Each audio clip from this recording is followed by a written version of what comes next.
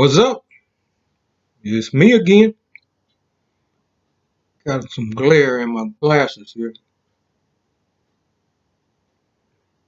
Hey, I got this hat on because I got the same shirt on.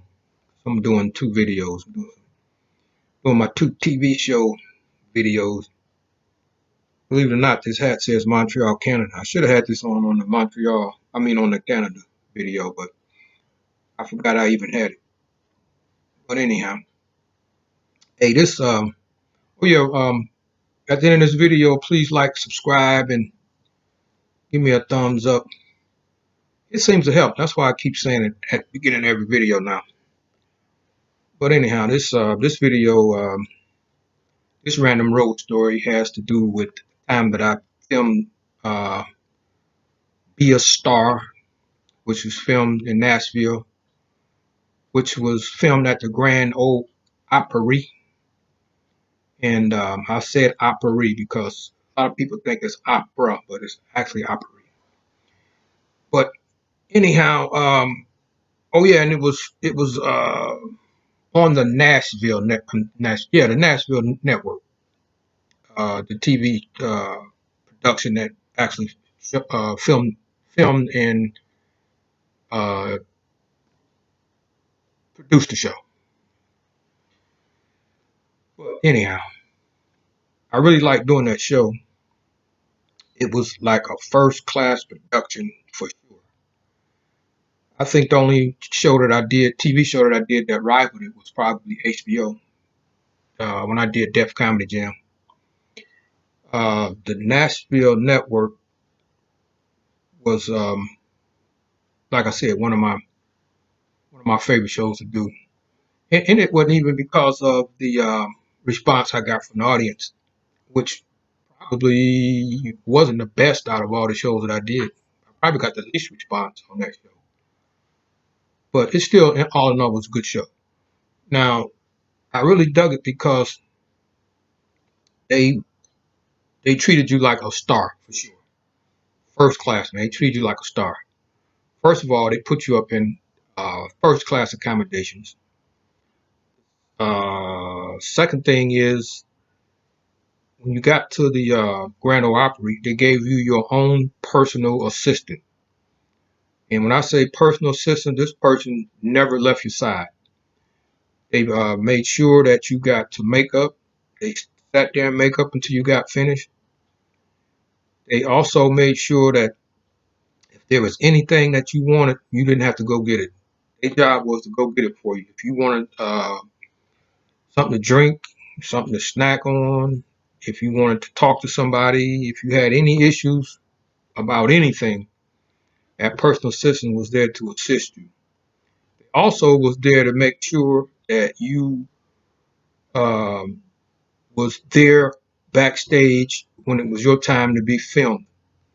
They also made sure that they walk you out on the stage and put you on your mark.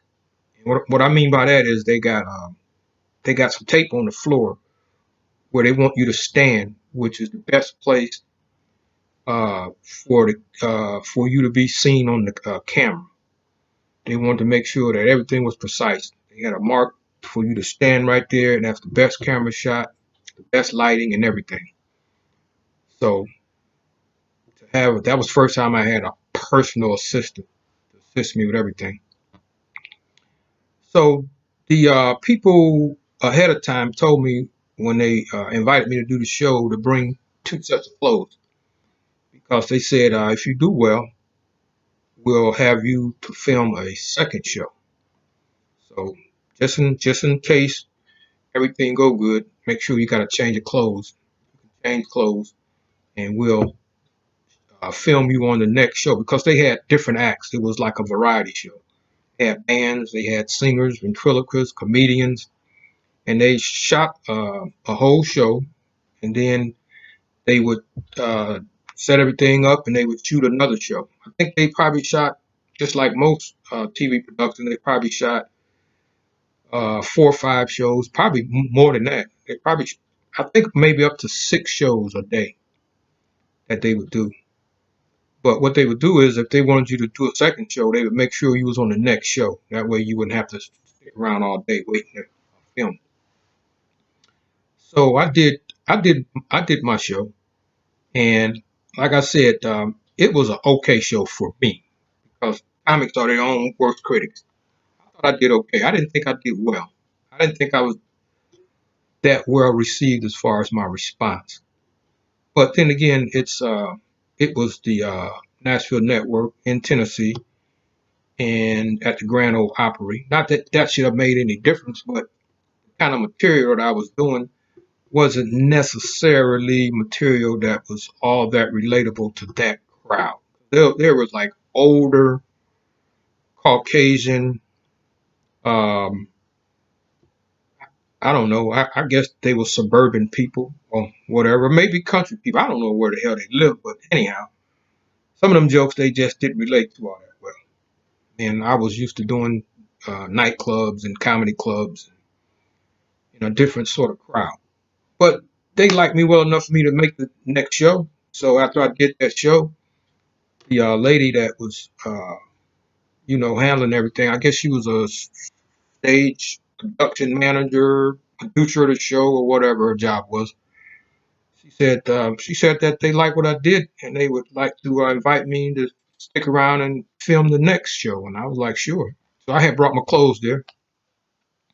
So I changed clothes and I did the next show, which was the response was about like it was for the first show that I did. It was respectable, but yeah, I didn't think I got the response that I should have gotten or was expecting to get. And maybe because I was comparing it with just other TV shows that I had did, or maybe just shows that I had did working clubs. But after that show was over, which you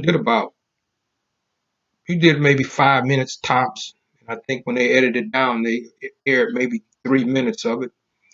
But they seemed to be satisfied with it. So I mean, who am I to say, man? It was it was good enough to get aired. So I got aired on two different episodes. And what I really liked about it, too, man, was after the show, man, they would invite the performers back to this room, man, where they would feed you. And man, let me tell you something. Country people know how to cook. Southern people know how to cook. That food was good as hell. I enjoyed that more than anything. The eating part. Man, I don't care. When you down south, I don't care what your nationality is. Everybody down there can cook. If you black, you can cook. White people can cook. Mexican people cook good ass food. Arabs cook good ass food. Indian people, I'm talking about East Indian people. Man, everything I ate while I was in Nashville was good as hell. I don't know what it is about Southern people, but they really know how to cook. So that was my experience in Nashville. And once again, I really like doing that show. A1 production, nicest damn people in the world, man. They really treated me like a star. And I wish that show was still on, man. I'd do it in a minute. I would prepare, I would prepare material that they would probably relate to more though. But I just went on what I had been doing in clubs and so I don't know. I did the best that I could do, I guess. All right, that's it for that show. Check y'all next time on the next episode of A Random Road Story. Take care.